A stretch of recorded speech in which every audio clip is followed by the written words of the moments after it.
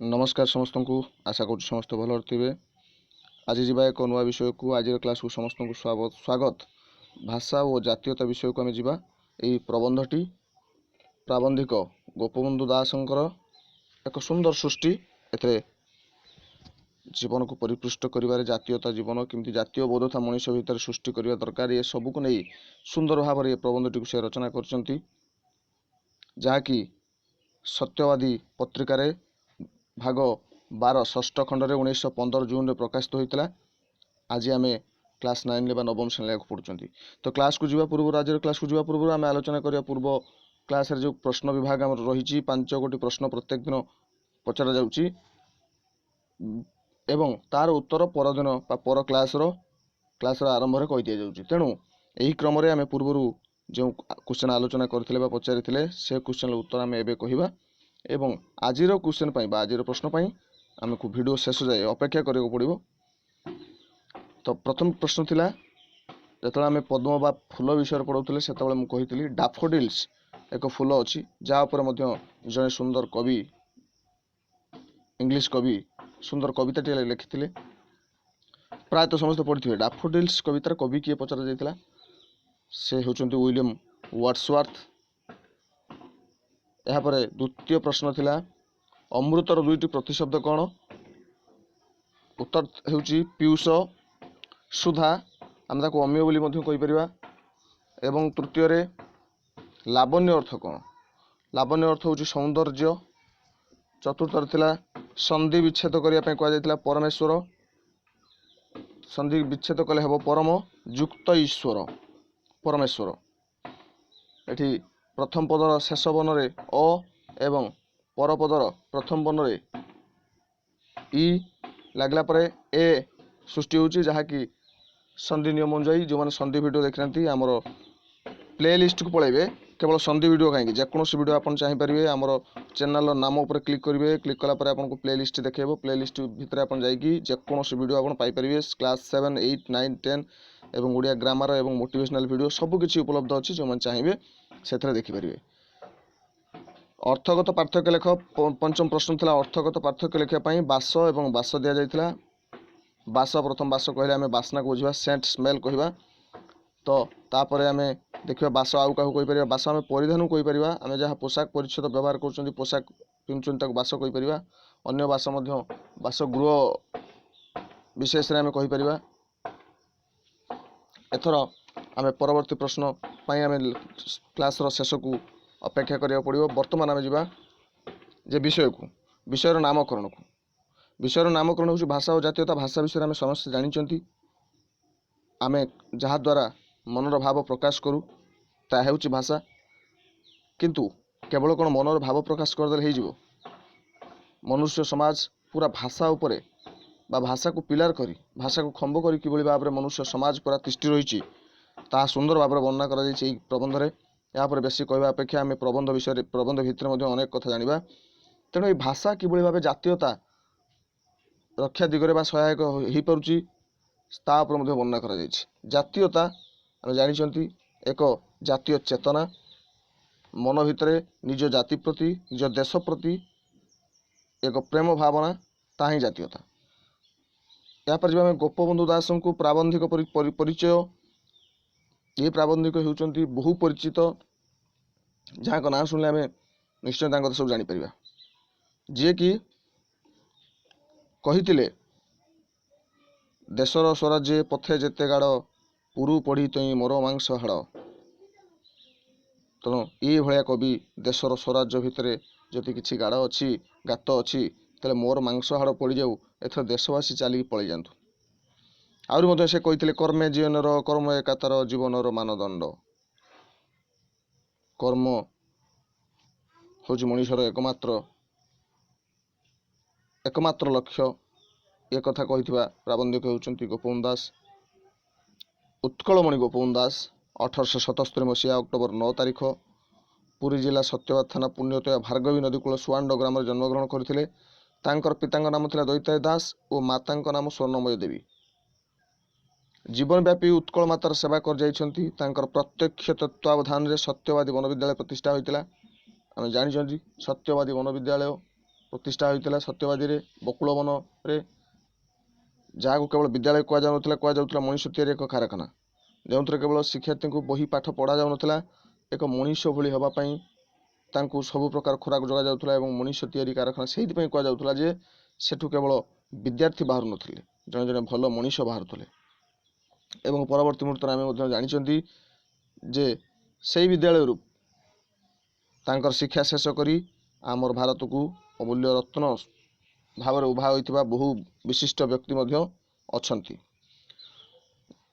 जीवन व्यापी उत्कल मात्र सेवा कर प्रत्यक्ष तत्वावधान में सत्यवादी वन विद्यालय प्रतिष्ठा होता सत्यवादी साहित्य पत्रिका संपादन करते यही सत्यवादी नाम एक साहित्य पत्रिका संपादन से करते से समय जहाँकि एवं सत्यवादी पत्रिका आसूची जो गल्प कविता एवं अन्य कथा अच्छी सब मासिक साहित्य पत्रिका समस्ते चाहिए पढ़ी पारे निजर एक्सपीरियंस एवं भल कथा से अच्छी जानापी समाज संवादपत्र प्रकाशन अक्षय कीर्ति आम जानी बहु प्रचलित समाज पेपर जहाँ आम पढ़ुं समाज खबर कागज तार प्रकाशन करते प्रथम गोपबंधु दास महात्मा गांधी नेतृत्व में परिचालित स्वाधीनता संग्राम में जोग दी से अनेक थर कारावरण करते जेल जाते अनेक थर महात्मा गांधी जो भाव में पूरा देश में डाकरा देते जातीयतावाद आंदोलन इंग्रेज मान हटाइवाई से भाव में गोपबंधु दास कथारे आदर्श रे सामिल होई निजक गांधीवादी नेता भाव परिचित कराइबा सहित आम ओडिशा रे ये जातीयतावादर मंजी बीज बपन करथिले।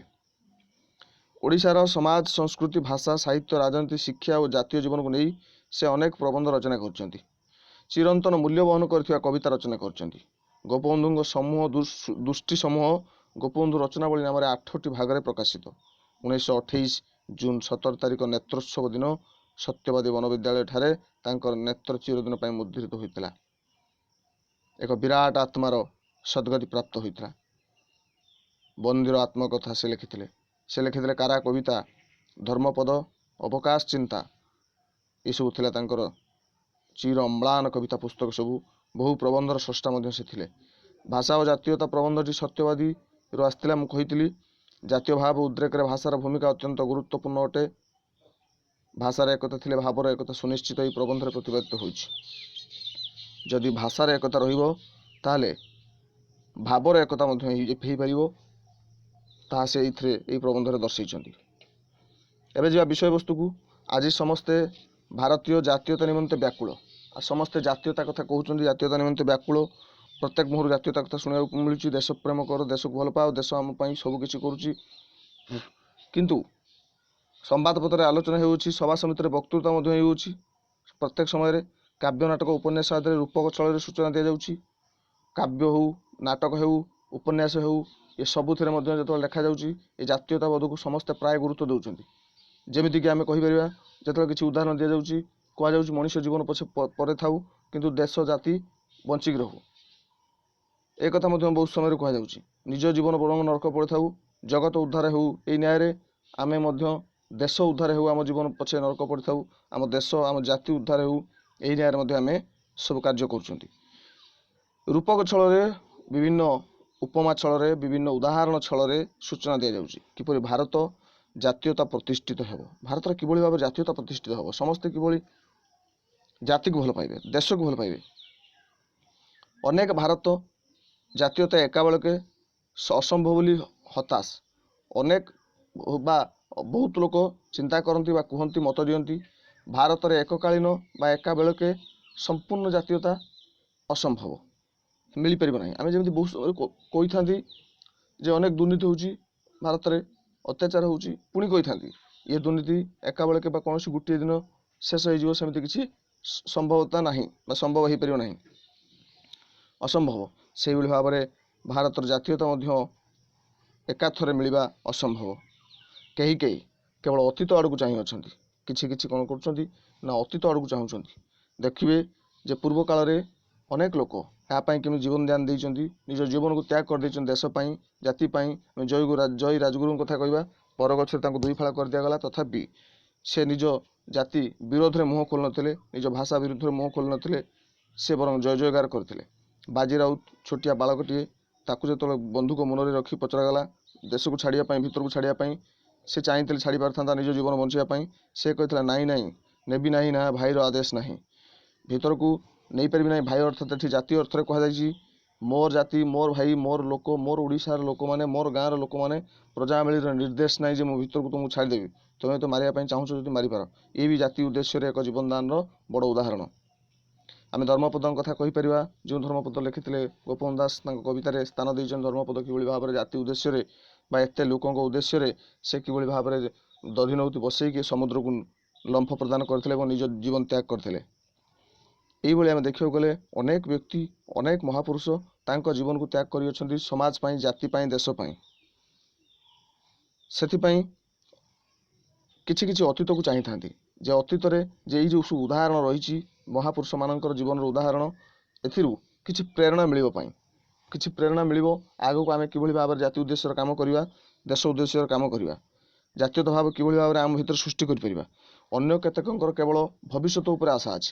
କିଛି ଲୋକ ଚିନ୍ତା କରନ୍ତି ଯେ ଭବିଷ୍ୟତ ଉପରେ ଆଶା କରନ୍ତି ସେମାନେ, ଯେ ଭବିଷ୍ୟତରେ ମଧ୍ୟ ସେମିତି କେହି ପୁଣି ଆଉ ଜଣେ ଧର୍ମପଦ ଆସିପାରେ, ପୁଣି ଆଉ ଜଣେ ବାଜିରାଉତ ଆସିପାରେ, ଜୟୀରାଜଗୁରୁ ଆସିପାରେ, ପୁଣି ଆଉ ଜଣେ କେହି ବଡ଼ ପ୍ରତିଷ୍ଠିତ ବ୍ୟକ୍ତି ଆସିପାରେ ଯିଏକି ନିଜକୁ ଏବଂ ଜାତିକୁ ସର୍ବାଗ୍ରେ ରଖିବା ପାଇଁ ଚେଷ୍ଟା କରିବ।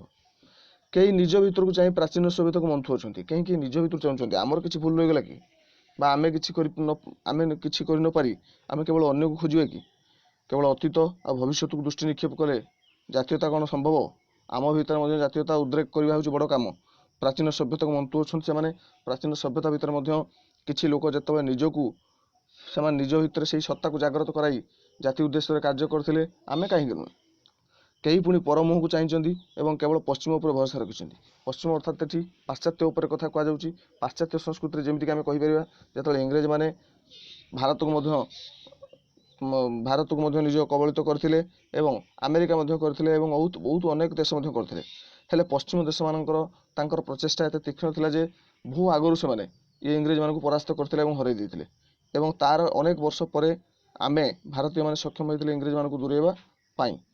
ସେହି ସମୟରେ ଆମେ ଜାଣିପାରୁଥିବା ଯେ ପଶ୍ଚିମମାନଙ୍କର ତାଙ୍କର ଯେଉଁ ପାଶ୍ଚାତ୍ୟ ସଂସ୍କୃତି ବା ପଶ୍ଚିମ ଦେଶମାନଙ୍କର ତାଙ୍କର ଯେଉଁ ନିଷ୍ଠା, ତାଙ୍କର ଯେଉଁ ଚେଷ୍ଟା, ତାଙ୍କର ଜାତୀୟତାବୋଧ ଉଦ୍ରେକ ନିମନ୍ତେ ସେଥିପାଇଁ ଆମକୁ ମଧ୍ୟ ସେଠୁ କିଛି ପ୍ରେରଣା ମିଳିପାରିବ ବା ସେଇଠୁ କିଛି ଆମକୁ ଯେଉଁ ରାସ୍ତା ମିଳିପାରିବ ବୋଲି ଭରସା ରଖିଛନ୍ତି। ପ୍ରକୃତରେ ଏହା ଏକ ଜାତୀୟ ସମସ୍ୟା। ଭାରତ ପକ୍ଷେ ବଡ଼ ଗୁରୁତ୍ୱର ଏଇଟା। କେତେ ପ୍ରଦେଶ, ପ୍ରତି ପ୍ରଦେଶରେ ପୁଣି କେତେ ବ୍ୟବହାରଗତ ପାର୍ଥକ୍ୟ ଆମେ ଜାଣିଛନ୍ତି।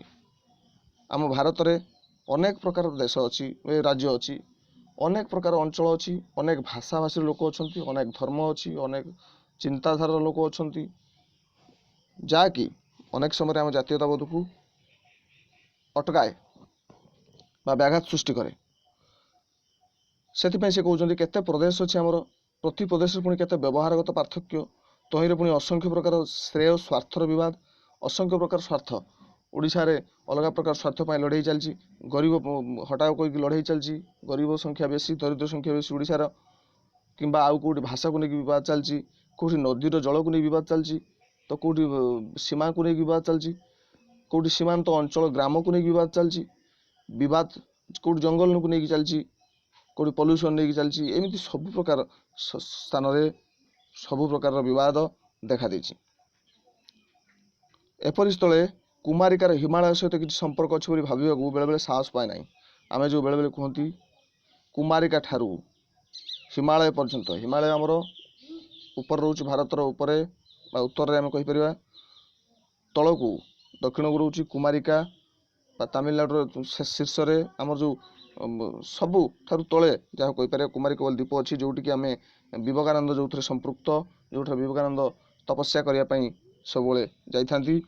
ତ ସିଏ କୁମାରିକା ବା କୁମାରିକା ଦ୍ୱୀପ ବା କୁମାରିକା ପର୍ଯ୍ୟନ୍ତ ଆମେ କୁହନ୍ତି ସବୁ ଏକ, ପୁରା ଭାରତ ଏକ। ଯେତେବେଳେ ଆମେ ଏକ୍ଜାମ୍ପଲ୍ ଦିଅନ୍ତି ବା ଉଦାହରଣ ଦିଅନ୍ତି, ସେତେବେଳେ ଆମେ କୁହନ୍ତି ହିମାଳୟ ଠାରୁ କୁମାରିକା ପର୍ଯ୍ୟନ୍ତ ସବୁ କିଛି ଗୋଟିଏ। ତ ସେଇ ଭିତରେ ଆକୁମାରୀ ହିମାଳୟ ଗୋଟିଏ। ସେଇଥିପାଇଁ ସେ କହୁଛି ଯେ ସତରେ କ'ଣ ବେଳେବେଳେ ଆମକୁ ଲାଗେ ଯେ ଇଏ କୁମାରିକା ପର୍ଯ୍ୟନ୍ତ ହିମାଳୟ ସହିତ ତାଙ୍କର ସମ୍ପର୍କ ଅଛି ବା ସମସ୍ତେ ଏକ? ବେଳେବେଳେ ଭାବିବାକୁ ସାହସ ପାଏ ନାହିଁ। ଏତେ ବଡ଼ ଅଞ୍ଚଳ, ଏ କ'ଣ ଏକ ହେଇପାରେ? ପୂର୍ବ ଭାରତର ପ୍ରତ୍ୟେକ ପ୍ରଦେଶର ଅନେକ ବିଷୟରେ ସ୍ୱାତନ୍ତ୍ର୍ୟ ଥିଲା, ଯାତାୟାତର ଏତେ ସୁବିଧା ନଥିଲା, ଯିବା ଆସିବା ପାଇଁ ସୁବିଧା ନଥିଲା। ଗୋଟିଏ ପ୍ରଦେଶ ବନ ଜଙ୍ଗଲ ନଦୀ ଆଦି ସ୍ୱାଭାବିକ ସୀମା ଦ୍ୱାରା ଆବଦ୍ଧ ଥିଲା। ତେଣୁ कालक्रमे से प्रत्येक प्रदेशर इतिहास साहित्य भाषा लोक व्यवहार आदि स्वतंत्र होगा स्वाभाविक। अनेक समय पूर्व आम देखा गोटे गोटे अंचल जंगल घेरा अंचल थिला, एते डेभलप्ड होई नथिला। एबे भी कहया गले एते उन्नति चरम सीमार आमर ओडिशा किंबा आमर भारत पहुँची पारि नाही।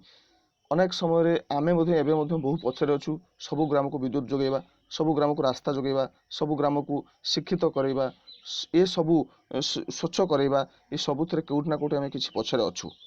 जोटी पश्चिम देश माने बहुत आगे अच्छी से जगह से कौच ये गोटे भौगोलिक दृष्टि आम एत पछ रहा माने श्रेय बा पछ रहा किसी भूल नुह। जितेबाला अन्य अंचल को गमन करने रास्ता नाला से आम रास्ता करने चेष्टा कर रास्ता एवं हो सारी प्रायतः पाखापाखि हो गलानी।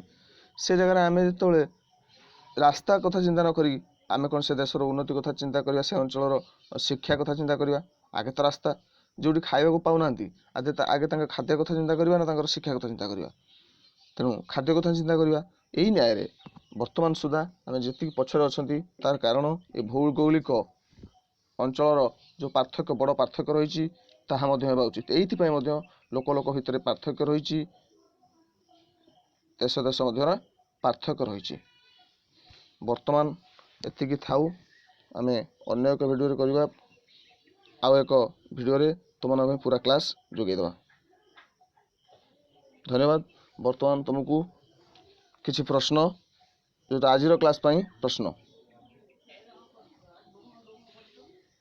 धन्यवाद समस्त को। वैभवसुता मनुष्यनी पूजा बेहरा इत्यादि समस्ते क्वेश्चन सब आंसर दौरान अन्य देवाई चेष्टा करूँ। जो मैंने देना कौन कारण असुविधा हो देवाई चेष्टा करूँ। क्वेश्चन नंबर 1, कुमारिका ठारू हिमालय पर्यंत ताकू गोटे पदरे कहले कौन कहवा? कुमारिका ठारू हिमालय पर्यंत ताकू एक पदरे प्रकाश कले कौन हेबो? क्वेश्चन नंबर 2, कार्ययुक्त उपलक्षे, कार्ययुक्त उपलक्षे यार संधि कर। क्वेश्चन नंबर 3, केतोटी शास्त्रीय भाषा आम भारत रे अछि? आम भारत रे केतोटी भाषा को शास्त्रीय भाषा रूपे स्वीकृति प्रदान करा जायछि जानिया निया दरकार, जेहेतु हम जातीयता कथा पढ़ुछंती, हम भाषा कथा पढ़ुछंती। क्वेश्चन नंबर 4, 2014 रे केउ भाषा शास्त्रीय मान्यता पाइला? 2014 रे केउ भाषा शास्त्रीय मान्यता पाइला? क्वेश्चन नंबर 5, केउ भाषा शास्त्रीय मान्यता पाइबी मृत सदृश, अर्थात से भाषा बर्तमान मृत प्राय, शास्त्रीय मान्यता पाइछि हेले भी से भाषार व्यवहार एते कम जे मृत प्राय बोली कह जाउछि। तेणु से केउ भाषा? यही 5 गोटी प्रश्नर उत्तर मैं आशा करी समस्त ठारू। एबे आमे एठारे क्लास को शेष करबा। धन्यवाद समस्त।